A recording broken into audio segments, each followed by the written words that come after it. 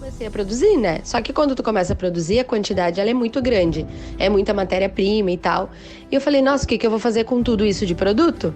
A primeira ideia foi, eu vou colocar na loja para vender. E ali eu fui fazendo o laboratório da Plant, né? A gente começou 2022 com 4 clientes e uma receita assim média de 120 mil em 22. Em 23 nós aumentamos em 90% essa receita. Nós já estávamos com 10 clientes e um ticket médio de, acho que na época, R$2.000. Esse ano a gente está aumentando nosso ticket médio, acho que para R$3.500, e a gente já está dobrando novamente o faturamento. Tanto significativo aí de dinheiro tem sido alocado por empresas e indivíduos com a intenção de gerar tanto retorno financeiro quanto criar impacto social e ambiental positivo. Eu acho que o propósito, ele impulsiona a nossa manifestação, nosso movimento, né, de aprendizado.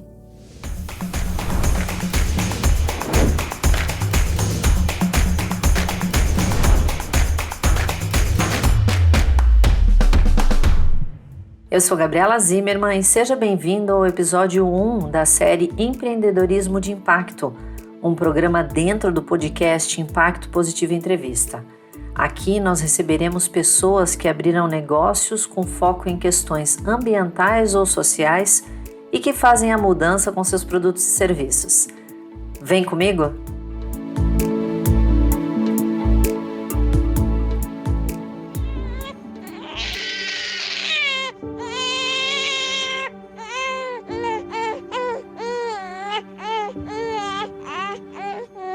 O choro de bebê pode provocar uma reação protetora nos adultos. Para a mãe de primeira viagem, Tatiane Pereira, além do instinto de cuidado, o choro do filho deu início a uma jornada empreendedora com propósito, que a motivou a criar a Plant Cosméticos Naturais. Quando meu filho nasceu, a primeira coisa que aconteceu foi que o corpo dele empipocou inteirinho. Ele teve uma urticária generalizada e foi uma reação do sabão em pó que eu lavei as roupinhas dele, um sabão em pó de linha de mercado, uma linha bebê, sabão líquido, bem famosa, que eu achava que eu estava entregando, né, a melhor opção de lavagem das roupas dele. E quando eu me dei conta, né, depois de ele passar a noite inteira chorando, né, todo empipocado, ele já foi muito picado, né, por seringa já na primeira noite de vida, porque fizeram vários exames nele e deram antialérgico e foi bem traumatizante. Um recorte da pesquisa Perfil dos Empreendedores de Impacto no Brasil, conduzida pela Fundação Getúlio Vargas com o apoio da Fundação Arimax em 2020 e 2021, mostra que os negócios de impacto têm sim um papel significativo nas comunidades. Sob esse ponto de vista, a sócia da Plant, Samantha Linsmeyer, acredita que esse é o caminho para uma mudança positiva. A Plant, ela surgiu para mim nessa pegada, né, de aprimoramento, de eu poder me aprimorar dentro de uma empresa com propósito. E isso eu vejo que é o grande impacto, né, que a Plant tem na comunidade. Esse propósito de levar saúde, levar a conscientização de uma... a conscientização para a natureza, para o meio ambiente, né? E entender que esse meio ambiente, ele faz parte intimamente da gente, né? Então, a Plant, ela tem esse propósito de vida e isso gera um impacto muito positivo no comportamento e na maneira de consumo das pessoas. Eu falo por experiência própria. Depois de 2 anos, 3 anos usando o Plant, porque eu me tornei cliente antes de me tornar uma das sócias, eu percebia isso, que demorou muito tempo para cair a minha ficha de verdade sobre aquilo que eu estava optando, que era consumir os cosméticos em sólido e naturais, sem embalagens. Porque a nossa mente, ela leva muito tempo, né, até assimilar um determinado comportamento. Nossa, aqui no meu banheiro, eu termino o produto e absolutamente nada eu tenho para jogar fora, porque aquele material que veio o produto, ele já se desfez em 60 dias. Então, a gente começa a mudar essa forma de pensar, essa forma de entender o meio ambiente, de entender o meio com o qual a gente está tendo esse comportamento dia a dia. Então, o negócio, né, os negócios que geram valores, propósitos de vida, são negócios que impactam a linha de pensamento, de comportamento, de hábitos, de resultado das pessoas. É a responsabilidade de uma forma geral, com o meio ambiente, com a minha saúde, com as pessoas ao redor, com tudo, né? Eu faço parte desse todo, então eu preciso pensar nessa conscientização, em buscar para o meu dia a dia, não algo que vá satisfazer apenas o meu ego, mas facilitar, né, esse consumo depois para a natureza. O relatório de 2022 da Global Impact Investing Network traz que os investimentos de impacto superaram $1 trilhão no mundo pela primeira vez. Patrícia Bonini, professora da Universidade Estadual de Santa Catarina e PhD em Economia, fala sobre a economia de impacto. Então, primeiro, do ponto de vista do setor privado, é uma área também que tem despertado interesse e tem aumentado o investimento de impacto em termos de empresas ou famílias de renda alta, indivíduos de renda alta, têm alocado seus recursos, né, de portfólio nessas áreas de investimento de impacto. E a prioridade, o setor que mais aparece isso, né, são essas ligados à educação e saúde e agricultura sustentável. A gente tem assim desenvolvimento em termos de um ecossistema local, nacional, brasileiro, ligado a financiamento dos investimentos de impacto. Podemos citar aí organizações como a Força Tarefa Brasileira de Finanças Sociais, FIS, e o Impact Hub. São instituições que estão desempenhando papel assim, importante na promoção de um ecossistema de investimento de impacto. E o que essas instituições têm feito, né? A principal contribuição é que elas estão fornecendo assim, plataformas de networking para troca de conhecimento e capacitação de empresas e pessoas que têm interesse em fazer um investimento de impacto. E quanto ao governo, né, as ações governamentais no Brasil, também o governo brasileiro demonstra interesse em promover esse tipo de investimento com vários tipos de iniciativa e principalmente no caso do Brasil, o governo tem maior interesse, você encontra maior número de projetos ligados a energias renováveis e programas sociais. Um outro setor bem claro que conseguimos ver assim, a ação governamental na promoção do investimento de impacto é um grande esforço que tem sido feito em melhorar o ambiente regulatório para dar suporte a esse tipo de investimento. Isso aí inclui simplificação de procedimentos para dar início, para abrir, né, ou operar uma empresa social, ou a melhoria do arcabouço legal para títulos de impacto, né, de investimento de impacto, esse tipo de ativos no mercado financeiro, e outros instrumentos de inovação relacionados a esse tipo aí de investimento. A Plant nasceu em 2019, vendeu R$400 mil no ano passado e tem mais de 3 mil clientes. Projeta dobrar o faturamento neste ano. As feirinhas locais, né? Depois eu fui para uma feira maior e aquilo foi crescendo. E eu sozinha, né? Confesso que assim me senti muitas vezes cansada e com vontade de desistir, né? Quando eu falava para o universo, eu não vou mais dar conta, me dá um sinal, porque ao mesmo tempo eu ainda estava com a administração da loja, né? Que eu tinha, do comércio,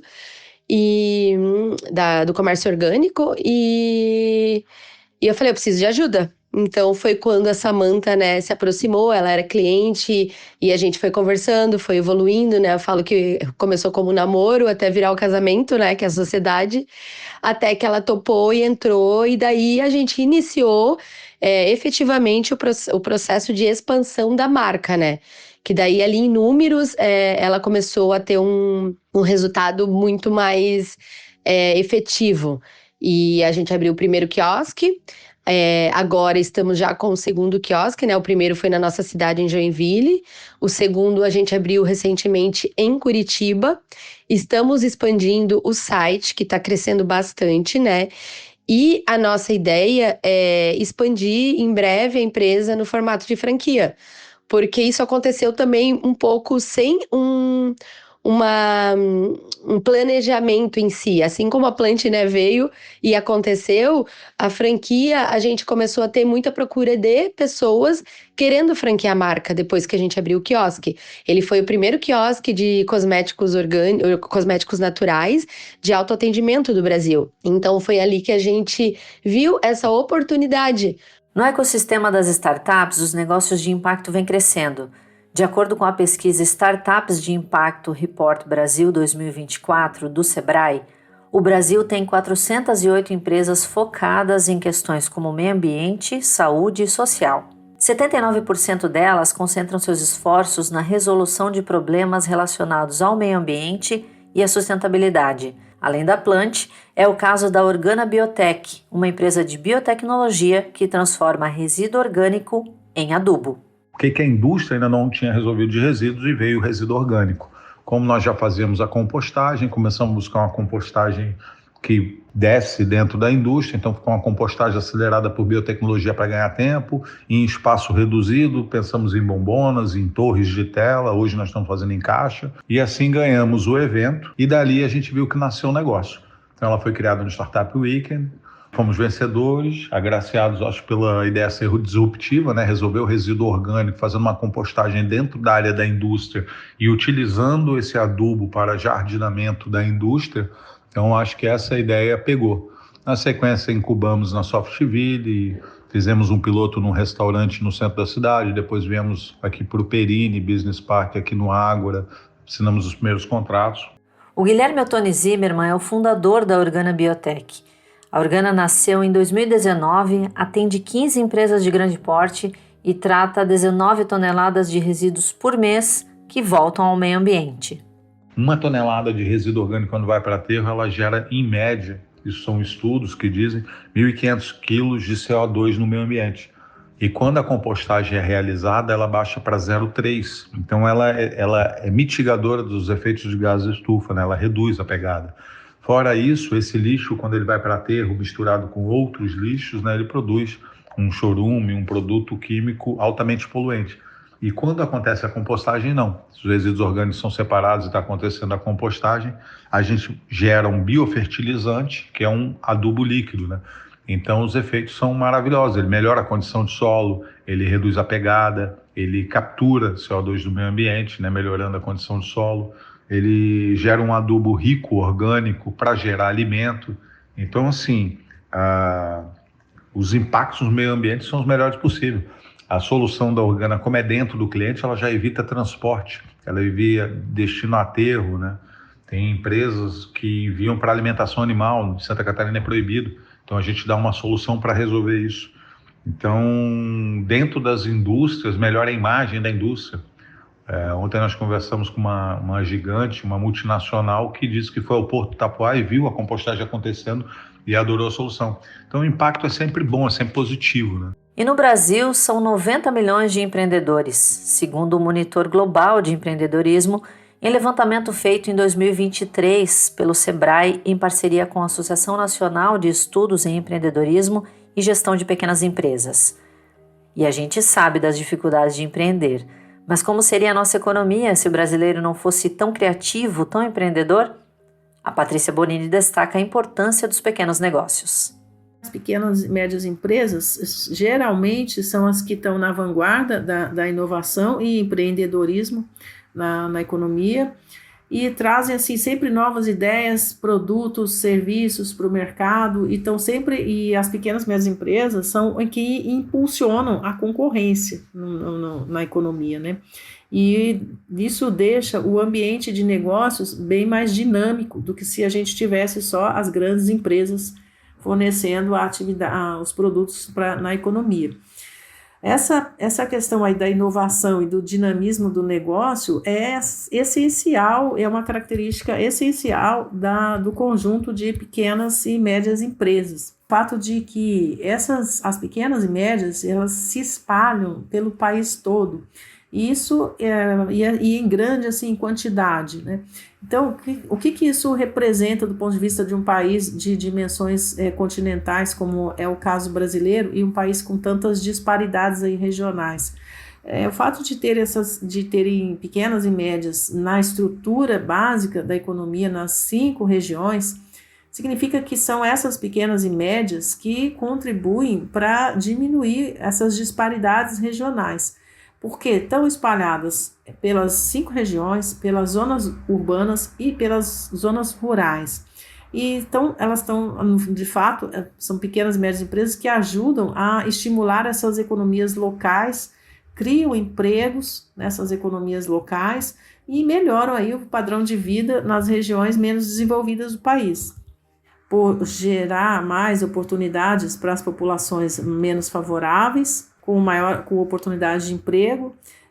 A gente pode citar a possibilidade do empreendedorismo feminino, o emprego para as pessoas mais jovens, dos indivíduos com rendimentos mais baixos, e, resumidamente, aí, a gente consegue ver aí um papel das pequenas e médias, né, nesse crescimento econômico aí mais inclusivo.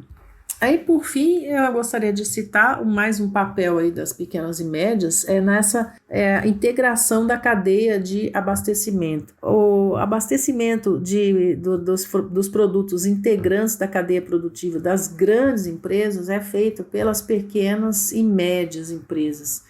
Então, nesse caso, a gente resume e cita, né, esse papel aí de uma suavização e uma estabilização dessa da cadeia de suprimentos das grandes empresas. De fato, as pequenas e médias são as empresas que fazem a integração da cadeia aí de suprimento, da cadeia de oferta da economia como um todo, né? Elas estão por trás dessa cadeia aí de suprimentos. Este foi o episódio 1 do Empreendedores de Impacto, um programa dentro do podcast Impacto Positivo Entrevista. Hoje eu conversei com Tatiane Pereira e Samantha Linsmeyer, da Plant Cosméticos Naturais, com a Patrícia Bonini, professora da Universidade Estadual de Santa Catarina e PhD em Economia, e com Guilherme Ottoni Zimmermann, da Organa Biotech. Este episódio tem produção, entrevistas e direção feitas por mim, Gabriela Zimmermann, e edição de Samuel Teixeira. E para você que nos ouviu até aqui, muito obrigada por acompanhar. Não deixe de nos seguir no YouTube, no Spotify, vote no programa se você considera que ele merece e acompanhe nossas redes sociais para conferir as próximas edições. Até lá!